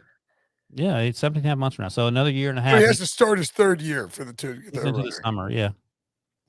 Because summertime they'll be hiring college coach. By the end of the year next year they'll be hiring college coaches. I mean, something happens to freaking Brian Kelly at Notre Dame. Urban is out. I'll say yes. I think he'll go 3 years. And part of the reason why too is here's why. He can't take all that losing. Trevor Lawrence has horrific stats. Terrible. He's up to 6 interceptions, I think. And I think he's tied with Zach Wilson, which also isn't in great company. But the only two other guys with the same number of these interceptions are Peyton Manning and Troy Aikman, right? The rookie quarterback. So you can twist that however you want. So every week he makes throws where you're like, there he is. And then somebody calls a flea flicker and he throws a terrible pick. And you're like, there's Blake Bortles. But it looks like, that quote that Urban Meyer had when he met with Vic Fangio. He was like, "Oh yeah, we play in Alabama every week." Yeah, welcome to the NFL, pal. But it's with Lawrence, it's sort of similar in the sense that you can tell he doesn't have all of Clemson around him. I mean, it's true, and he's playing Alabama or whatever, or Ohio State every week, and that. So I think you can see the greatness in him, and you can see the big plays that he makes and the great throws he makes. But it's tough to watch this Jaguars team. It's really, really here's tough. The thing. They suck. Let's say they win 4 games this year. I don't think they will, but let's say they win 4 games. Maybe they get hot. Next year, they're going to win 6 games. Can Urban take all that losing? That's my question. I don't know the answer to that. I mean, he lost 9 games in 8 years at Ohio State. He's already lost 3 in 3 weeks. Yeah, that's not ideal. Not great. It's a lot of losing. And let me say one thing. This is masking. Walk away after 1 year, though. Watch. This is masking Cliff Kingsbury being a mediocre to sub-replacement level coach. If he looked like Freddie Kitchens, he would have been fired 2 weeks ago. He'd have been fired after week 1. He's handsome. He's got Kyler Murray masking all his issues. He's doing all sorts of crazy things. You mentioned the kick 6. And let me explain that real quick. The kick 6. So Prater hit the 62-yard field goal last week. So clearly in Kingsbury's head, he's thinking, he's a 62-yarder. He can hit a 68-yarder, which is like saying I can dunk on a 6-foot hoop, so I can dunk on a 12-foot hoop, which I wouldn't even be close. You can't do neither. That's true. Oddly enough, Matt Prater's on my television right now. And so also, Matt Prater had the NFL record longest field goal of 64 yards. He was the record holder when he attempted it. He was the record holder when he attempted it. And so that was Kingsbury's logic for sending his guy out there instead of throwing the Hail Mary. And I think the funny thing is that a lot of times you won't see coaches try these crazy field goals, these 65, 67 yarders at the half because of what happened. When you're kicking a field goal, you have all fat guys out there. They're all linemen trying to block. Tackle anyone. And so it's basically, if defense is smart, it's basically set up as a kick return. So you have a kick return team versus 10 offensive linemen or 9 offensive linemen, a holder, and a kicker. And so, and this is what happens when you mix all that together is Agnew was juking people left and right, and he was doing it easy, and it wasn't that difficult. And he just went straight down the field, got the touchdown. I mean, he's like somebody on the highway to like a Miata driving around a bunch of Mack trucks. He's just exactly. And here's the thing, though, Breech. I think from 66, that might have been close.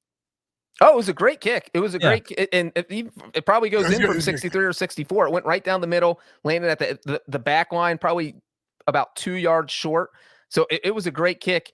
And Agnew made a great return. And here's your fun fact for Jamal Agnew. He is the first player in NFL history to have a 100-yard touchdown or more in consecutive weeks because he had a kickoff return for a touchdown last week. Well, and that's the other thing, too. If you're Cliff Kingsbury and you've done any type of scouting and you look out there and Jamal Agnew is out there and he's got a 100+ yard punt return, maybe call it the dogs and don't kick it. Similarly to the Jaguars. They fell for multiple Kyler Murray play action bootlegs. Do you guys watch film? Like everyone knows down to the end zone, Kyler Murray is going to roll out and be like, and put the ball out. And, it's unbelievable. Yeah, this Jaguars team's not good. By the way, this is why the Steelers aren't going to have the worst record in football. Correct. Yeah, they won't. I mean, the Raiders are 31, Dolphins 28 in overtime. You can tell that Devo didn't have to watch his crap team play on Sunday. He's excited for Monday Night Football because he's trolling me in the rundown.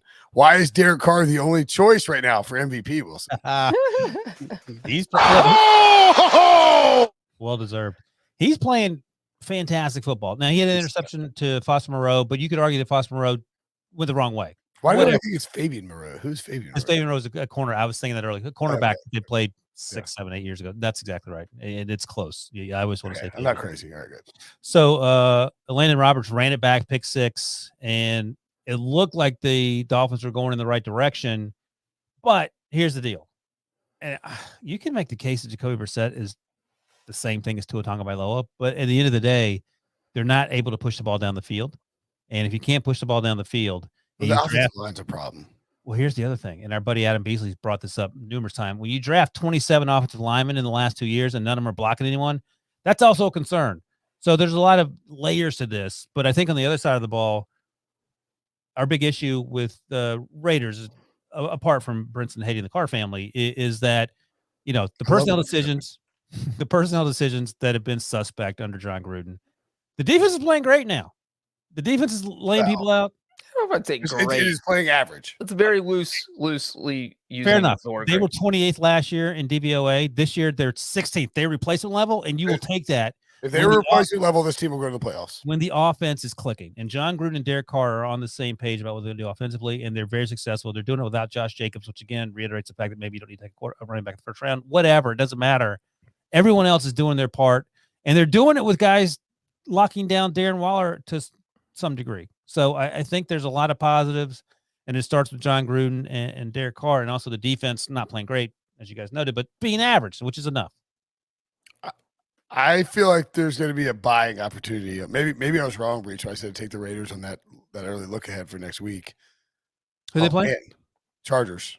Ooh. -3, or they're +3 Monday Night Football in LA, which will be full of Raiders fans. Raiders fans, Then right. Bears at home, Broncos on the road, Eagles at home, at the Giants. Are they going to win 3 of those games? Yeah, not 3 of them. But what are you asking? Are you going to win any of them or all 3 of them? Or they might be 6-2 or 7-1 in a couple of weeks. Last time they were 3-0 was 2002, and they went to the Super Bowl And got their faces kicked in by. And then you also told us that Tom Brady wins the Super Bowl every year that he plays Matt Stafford. No, so does that mean it's the Rams? Stafford. So Rams, Raiders. Tom Brady versus the Raiders. There it is. Wilson's fun fact for Super Bowls. Wow. Matt Roxbury in the YouTube comments. By the way, like, subscribe, rate, review, or like and subscribe. If you're watching, hit the like button, please. Just press the like button. It takes like 2 seconds. Raiders are the worst team in the Western Division, even though they're 3-0. Ice cold take. That is ice cold. Ooh. I mean, I like it. I would, in theory, potentially agree with that, but don't want to lean in that hard on it. I think Because you're a known Raiders hater. I mean, when we did the halftime podcast Sunday night, I kind of alluded at the Raiders scare me because of how, I mean, look, the Dolphins have 0 offense and the Raiders almost blew a double-digit lead against the team. To their backup quarterback. That can't, to the backup quarterback. And Ryan talked about how Miami can't move the ball downfield. They couldn't for 57 minutes. And then all of a sudden, the Raiders defense mailed it in, and Jacoby Brissett looked like Tom Brady out there just matriculating the ball down the field. Nice. Hank Stram. So it is, I'm a little worried about their defense. I think if they win next week, it's fair to be worried about their defense. If they win next week, all bets are off because it's going to be mayhem at 4-0, the top of the division, just beat the Chargers. Obviously a lot can change, but whatever. I will say this: Henry Ruggs sort of finally showing up. That's great news. Yeah. Pete Briscoe is doing a victory lap on Henry Ruggs already. No. Even though Pete did. He's like, I told you he would be good. He is great, fast, has skills, runs. 2 legs. I'm like, that's fine, Pete. You're not taking him over Justin Jefferson or CeeDee Lamb Or Jalen Waddle. or Jalen Rager Or Jalen Ramsey. Unnecessary drive-by. All right, we're gonna take a second break because the podcast is running long. Not gonna be this whole 90-minute. It better be. Let's go. It's fine. We'll take a second break. We'll be right back. The Saints took down the Patriots 28-13. Bill Belichick surprisingly unhappy after this loss. He didn't like it. He was asked about Mac Jones, and somebody said, I think it was probably Mike Reese or maybe it was Tom Curran. Somebody asked him, he's like, what were your thoughts on those 2 interceptions? Or what did you think about those 2 interceptions? And Belichick was it 3? Well, he asked him about the interceptions. What did you think about those interceptions? Bill Belichick's mad face stared for a minute. Did like a Roy Kent. Who's Roy Kent? Well, this is a Ted Lasso thing, man. Just buy Apple TV for a month and watch Ted Lasso already. Here's my high school take. A month from now, he's gonna finally watch Ted Lasso. He's gonna go to this podcast and be like, "This is the greatest show on the planet. I can't believe I didn't watch it sooner." All right, go ahead. I'm sorry to distract you. Go ahead. So Belichick goes, run it. Probably the same thing you thought about him. And that was his answer. It's like he's not happy. Are the Pats good or bad? I don't know what I don't know what the Pats are.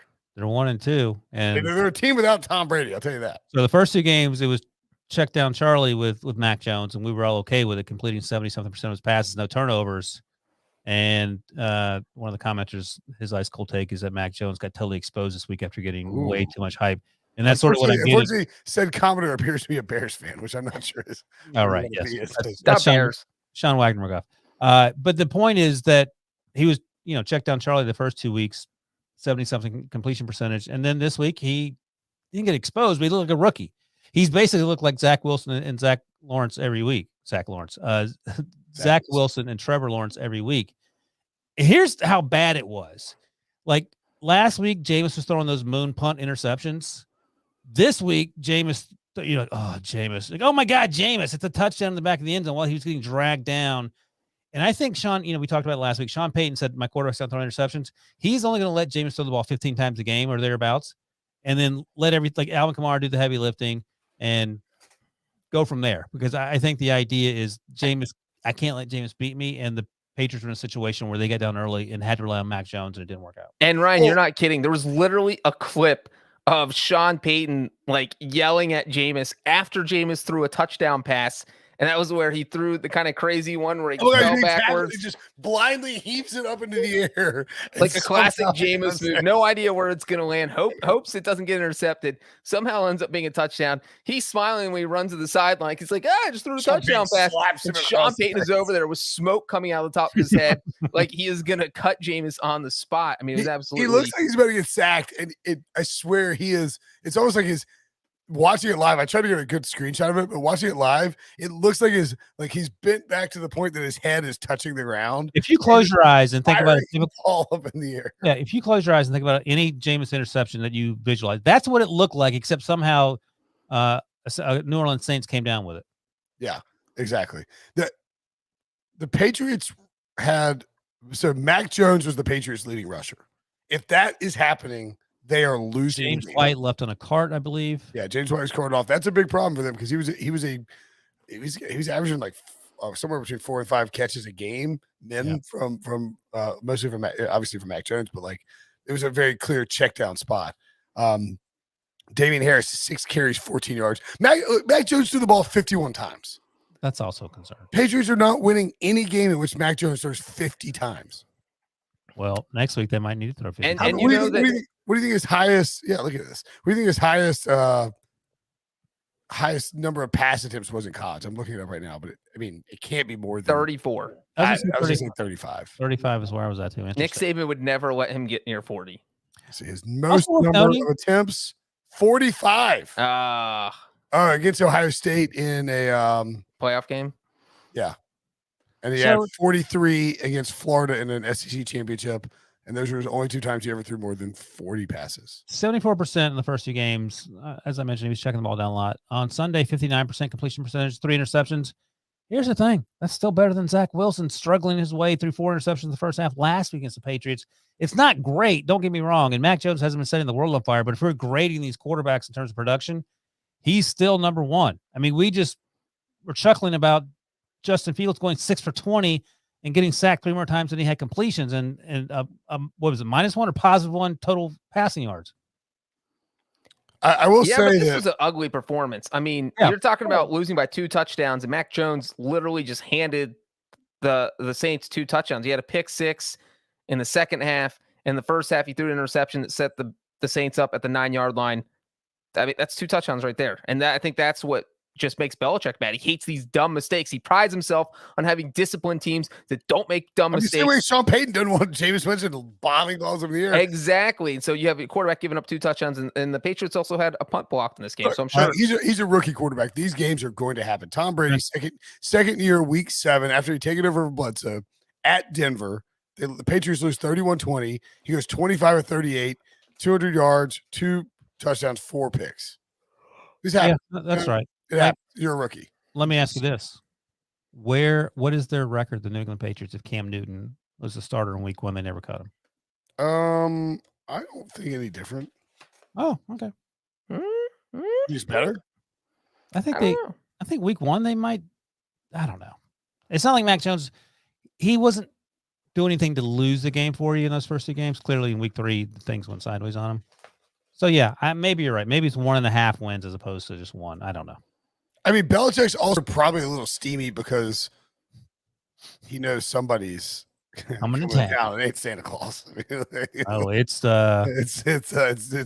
Murder Claus. And it's bad Santa with touchdown clause, and he's coming. Yeah, it's bad Santa, and he's coming. He's like, well, we lost to the Rams. Tom Brady did, obviously, but he's like, well, the good news is I only need 68 yards to break Drew Brees' passing record. And then I'm going to do the Happy Gilmore horse ride thing around Gillette Stadium after I beat you. Yeah. All right. So, moving on. By the way, are Saints good? I don't know. I don't know either. Saints and Pats I don't know what they are. Here's the thing. Well, I mean, we got to go, but no, we're fine. Panthers might be the better team than the Saints. We don't know. I mean, the Panthers beat the Saints 26-7. But now with better injuries of the Panthers. Yeah, McCaffrey. So anyway, maybe a couple more weeks on both the Saints and the Patriots. Titans 25, Colts 16. Oh, thank you. Needed that one. Why did the Colts start Carson Wentz with 2 broken ankles? Because 2 broken ankles, Carson Wentz is better than all their backups. Brett Hundley and Jacob Eason combined. I mean, that's why you do it. You start the guy that gives you the best chance to win. So if a guy with 2 broken ankles is your best chance, you're already going to lose. So it doesn't matter.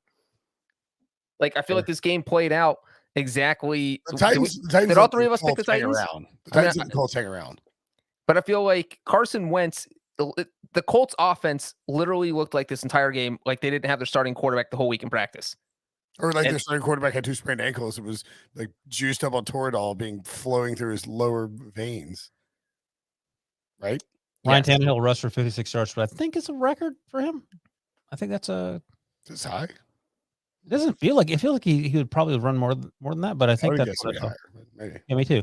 And Derrick Henry, of course, led the the Titans. Derrick Henry good.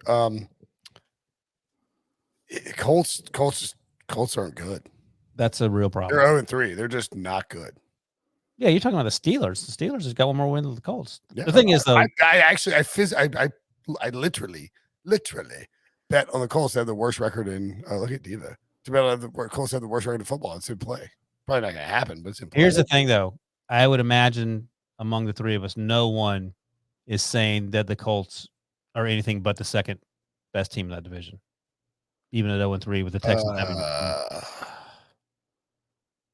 No way. I'll tell you this. There's no way I'm playing Carson Wentz. Whatever, is it 75%? There's no way I'm giving Carson Wentz 75% of the snaps and giving the Eagles a top 10 pick while blindly chase this dumb like playoff bid. If you're 1-7, you're packing it in with Carson You Wentz. bench him.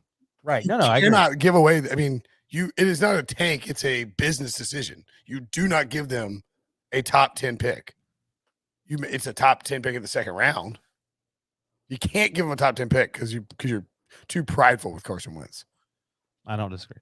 The Titans, I think, we should have.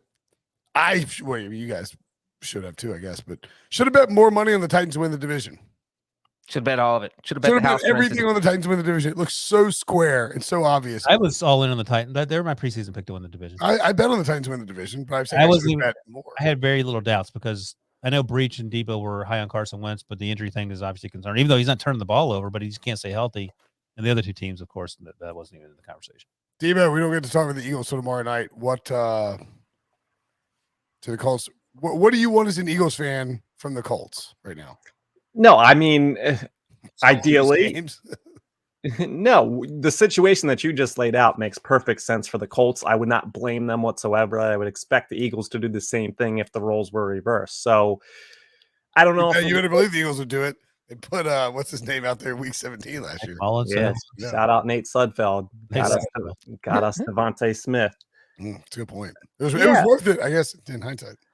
Yeah, I mean, Carson Wentz hasn't looked particularly good, hasn't looked particularly bad. He's just been hurt and has really no help. Quentin Nelson being out for losing the best offensive lineman in football. Not a good sign. He's great. He's not great. He's been beat up, but he really has not had help in a long time, I don't think. Yeah, it's weird how people keep saying everywhere Carson Wentz goes, he just doesn't have help. Isn't that weird?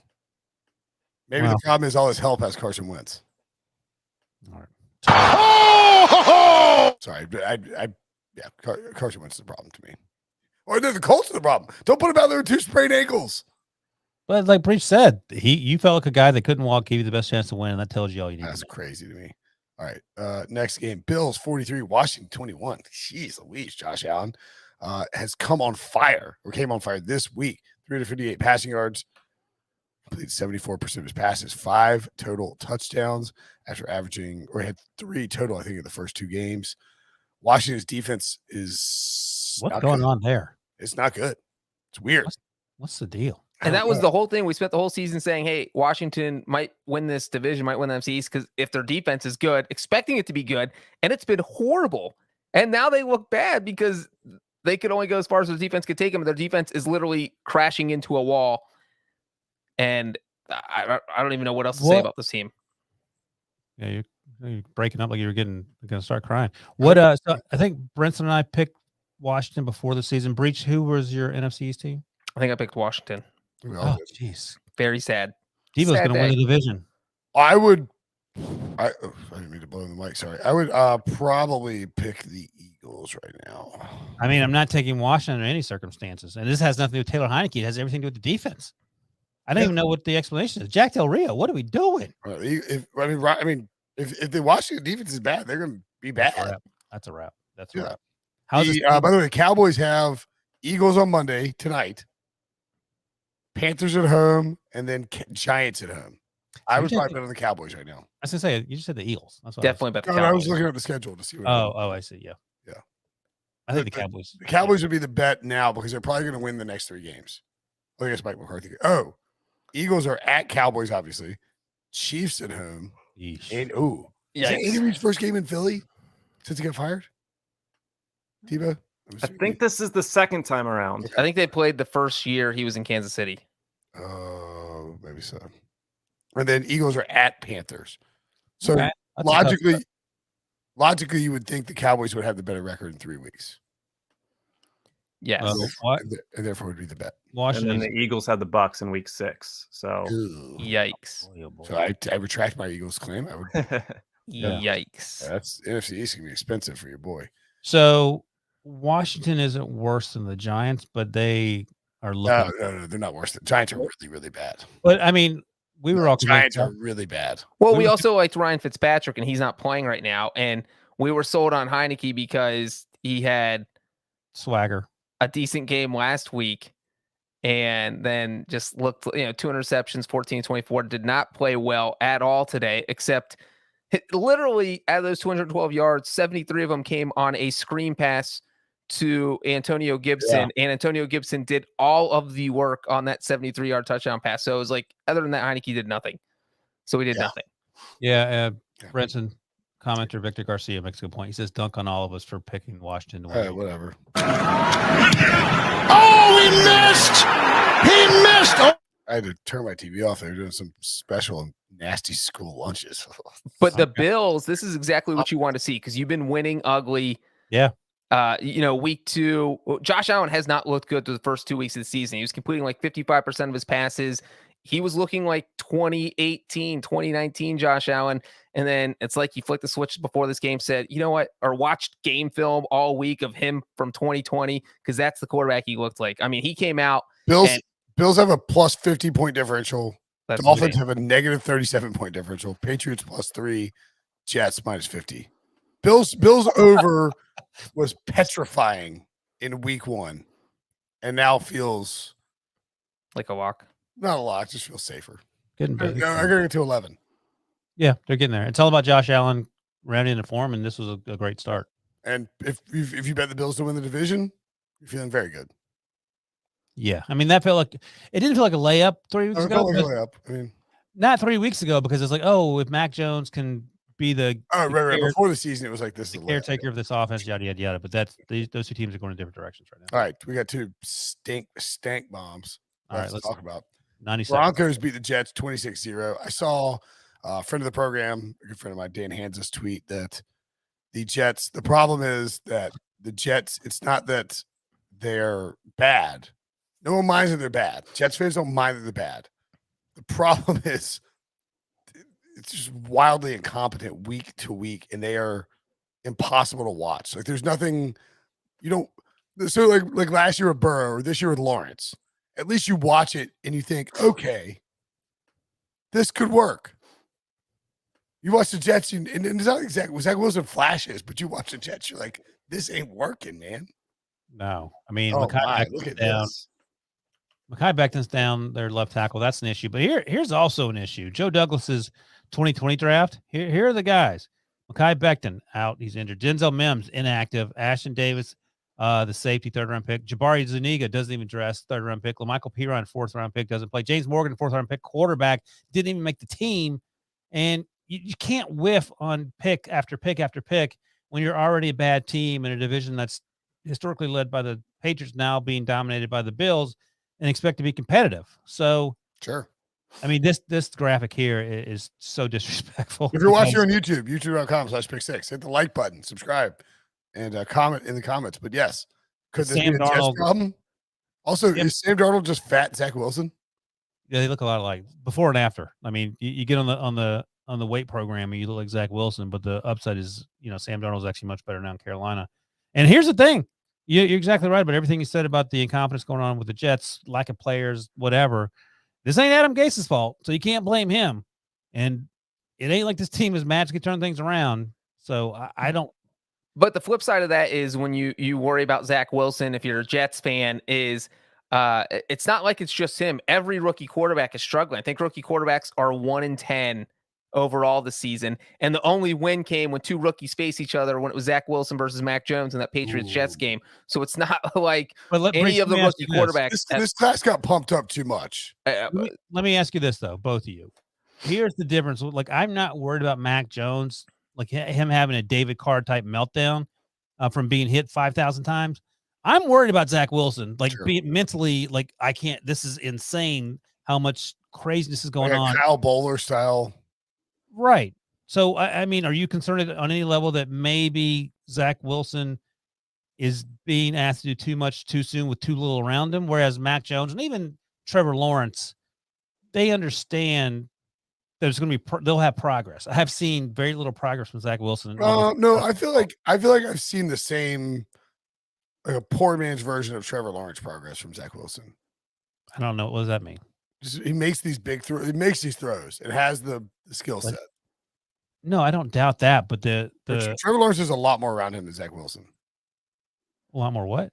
Like around him, like pass catchers, and that's my point. Like, can you get over the mental hurdle of the way in which you're losing and the lack of success? The type of like the mention, like David Carr probably is doing much better if he were on a much more stable franchise at the time. To answer your question, yes, the Jets could ruin Zach Wilson. That's what I'm surprising at all. If 3 years from now, Sam Darnold is an above-average quasi-franchise quarterback in Carolina, and Zach Wilson is being traded to the Dolphins, or not the Dolphins, like Steelers, the Steelers. Being traded to the Steelers so the Jets can draft, like whoever replaces Joe Douglas can draft Michael Jordan 6. Like, do you think that Robert Saleh is surprised at how bad it is? Like, do you think he expected to be this bad this quickly? No. Or you think he's I don't think he's in over his head. I think he's not over his head, but I mean, just how, like, there's very little. He walked into like what Adam Gase left him. It is like you have to clean up after a 3-year-old's birthday party and you're expecting to be bad, but there's like poop on the walls. There is cake everywhere. You have to clean it all up by a bare hand. And then you think it's chocolate cake, but it's actually poop. So, I interviewed Dave Doran for a story after like they had this big draft class. This is NC State related, but the quote he said to me is very stuck with me. He goes, "You never know how broken a place is until you actually get there." And like I think Robert Saleh was like, "All right, yeah, the Jets are probably screwed up, but we can go in there and fix it." And you get in here like, "Oh man, there's no one on this roster. This team sucks. The owner's breathing down my neck. The GM just had to fire his buddy, who's the old head coach, and they can't score, and the offense isn't working. It's a problem." Yeah. So yeah, we're not spending any more time on this. Jets are terrible. Broncos we'll find more about later because they played, as Breech just pointed out, Giants, Jets, Jags. They 3 teams with 0 wins. Why? Why did we not bet the over the Broncos win total too? Well, we didn't know what Teddy. Look at those 3 games and know that you're going to start 3-0. We didn't know what Teddy B was going to be like. But we knew the Jets, Giants, and Jags would suck. Well, we Giants. I was like, oh, maybe this. I could. That's true. Me too. And I'm like, I love the Jets for some reason. The worst football game by far on Sunday. Speaking of the Giants. Oh my goodness gracious. The Falcons and the Giants was absolutely miz. Perhaps fitting on Eli Manning retirement jersey day. I know. I'm the world's like biggest Eli Manning non-supporter, and I felt bad for Eli. To have to go out there. 1:00 game against the Falcons, and you lose on a last-second kick. The final in this game, 17-14. Yeah. Both defenses, I believe, rank in the bottom half of the league. Obviously. It was tough to watch. Like, it was tough to watch. Like, how are these teams not scoring on each other? Well, number one, Matt Ryan is a skinny version of Big Ben. He can't throw the ball overhand either. That's a dogfight on who's more washed. Well, Matt Ryan's a good shape. Well, Matt Ryan actually showed a spark of what he used to be in the fourth quarter. Let me take this back. By the way, both of these teams coming this week, bottom 6 in the NFL in Football Outsiders defensive DVOA. In theory, there should be points scored in this game. There were no points. There was no offense. It was disgusting. Go ahead, Breech. Sorry. Yeah, we expected a shootout, and we somehow got a titanic defensive struggle that no one expected. So I don't know how this happened. It was just, I mean, Ryan said it. It was tough to watch. I thought the Giants were going to win this game. They went up 14-7 late in the fourth quarter, and I didn't think there was any way, after watching the Falcons all day, that they would be able to muster another touchdown, let alone 10 points to win this game. And that's exactly what they did. So I don't know Matt Ryan somehow caught fire after doing nothing the entire game. The But this game did end with a game-winning field goal. Younghoe Koo. Big day for Breech. big day for kickers. The dumb thing here was that looking at this game, Did they play the game? That was a dumb they thing. play this game just to, like give people $100 and say just go home. By the way, Rob Arciero, our producer here, went to this game for the Eli Manning celebration. Had to that's sit through that steaming pile of Poor Giants. Rob. Yeah. And Giants fans dagger. Just think about this from like a gambling perspective.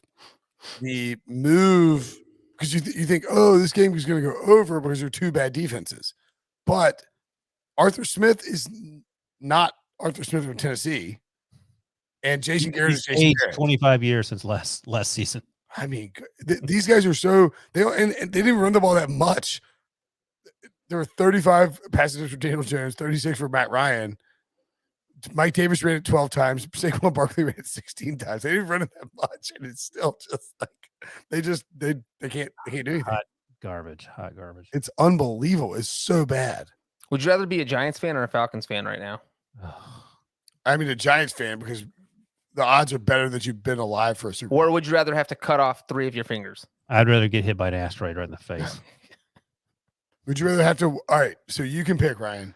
You're a Giants fan or a Falcons fan, or the third door is you're a Steelers fan. But the catch is, Big Ben has to play another 5 years. I'm going with Giants because they've won Super Bowls recently. Falcons just got their doors blown off 4 or 5 years ago. The demoralizing loss to the Patriots, and I don't want to see Big Ben after today. Bang, Not even in bang there. that like button, baby. That's right. All right, let's get to winners and losers. Oh, killing me, Debo. Speaking of Big Ben, Yeah. Wilson, give me your winner first. Going with the Chargers, the Los Angeles Chargers, Superchargers, Powder Blues, Justin Herbert, the best player on planet Earth. Sorry that I doubted you coming out of the draft, Justin. I have to say that every time we talk about him. Even interviewed him too. Even interviewed him. Very nice young man. Very soft-spoken. Said all the right things, and he's clearly translated that to the field in terms of being a really good player. But the defense is playing well. Derwin James is back. Asante Samuel had his second interception in as many weeks. They got Joey Bosa. I always have to hesitate so I can get the name right. And, of course, the offense, Austin Eckler had a good day. Mike Williams balled out. If that happens, that's huge for Keenan Allen. Jared Cook had a couple nice catches. By the way, on the Mike Williams thing, I don't know if anybody is aware of this. They have completely changed his role in the offense. His ADOT is way lower, and he's not just this big, deep touchdown threat. If for any reason someone wants to trade him to you in fantasy and thinks they're selling high, buy. Sorry. And Tony Romo actually said this to EK, Eric Casillas on HQ after the game. He said what they're doing is they're lining up 3 guys on the right and putting Mike Williams on the left by himself. And if he gets man-to-man coverage, Justin Herbert's throwing jump balls to him, and he's going to come down with it, and that's what we've seen. But I think this portends good things for the Chargers going forward in terms of their quest to win a division title. And my bold prediction coming true, Breech, that Justin Herbert's going to win the MVP. Justin Herbert might win the MVP unless my winners for the week wins MVP. And my winner is Justin Tucker and kickers. All kickers are my winner this week. Obviously, we saw Justin Tucker's 66-yard field goal, the longest field goal in NFL history. But let's not forget the Raiders won because their kicker, Daniel Carlson, hit a game-winning field goal in overtime. The Falcons won because their kicker, Younghoe Koo, hit a field goal in the fourth quarter on the final play. The Packers won because Mason Crosby hit a 51-yard field goal at the gun. And you know what? There's even more. Chase McLaughlin hit a 57-yard field goal for the Browns. The Browns have existed since 1946. That was the longest field goal ever kicked in a home game for Cleveland. And Dustin Hopkins, lest we forget, recovered his own kickoff, which was literally the only highlight that Washington had against the Bills. That's it. My winner, John Breech. Thanks, Brinson. I'm just kidding. You're not my winner, but you big week for you, for your brand. Very, very excited. I'm very glad that NC State pulled that double overtime victory off. I couldn't because Wilson's happy because he's away from his family in a hotel because the podcast is almost over. Yeah, but I mean, I'm glad we're all happy for various reasons. But you're saying that you would passive aggressively hate the idea of State losing and Breech having success. I just wouldn't be.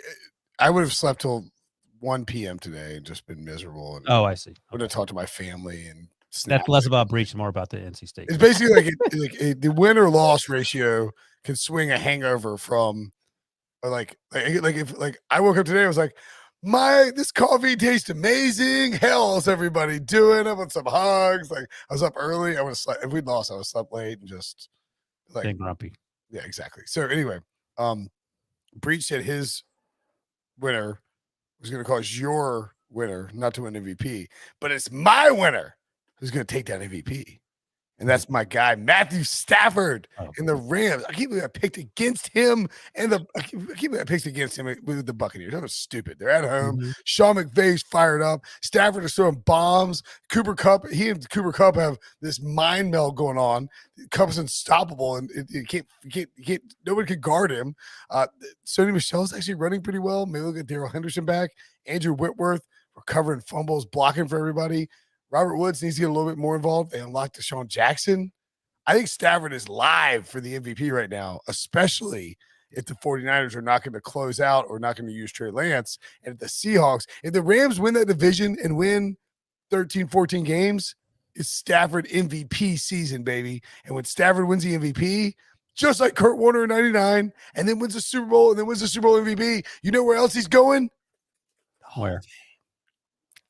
Disney World, because it's 5 minutes down the road. Go to Canton, and then I'm going to dunk on every fool who questioned me when I said it was happening. He's going to Canton to see Justin Tucker getting dunked in the first ballot. Yeah, but he's gonna get in the Hall of Fame before just retires. Who's your loser, Wilson? Big Ben. I've seen enough of Big Ben, and in the immortal words of Joe Musso, our coworker today, describing Big Ben, he's like he's a bag of milk. And that's exactly the perfect description. I love it.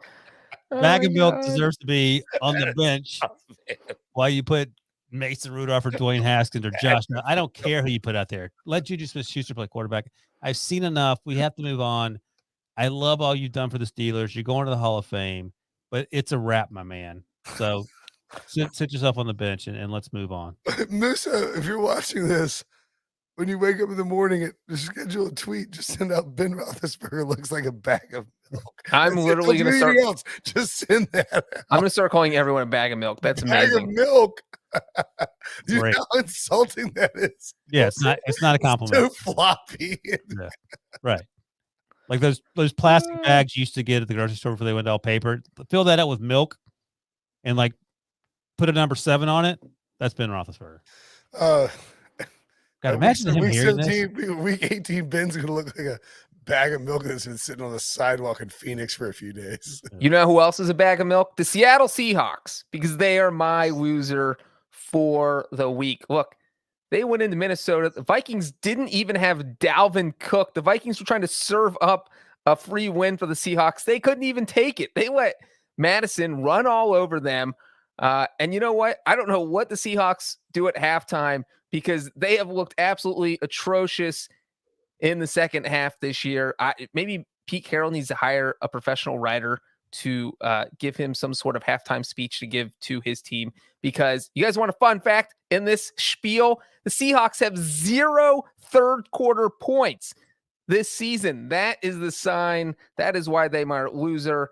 They blew a lead last week, lost in overtime. They couldn't score any points in the second half this week.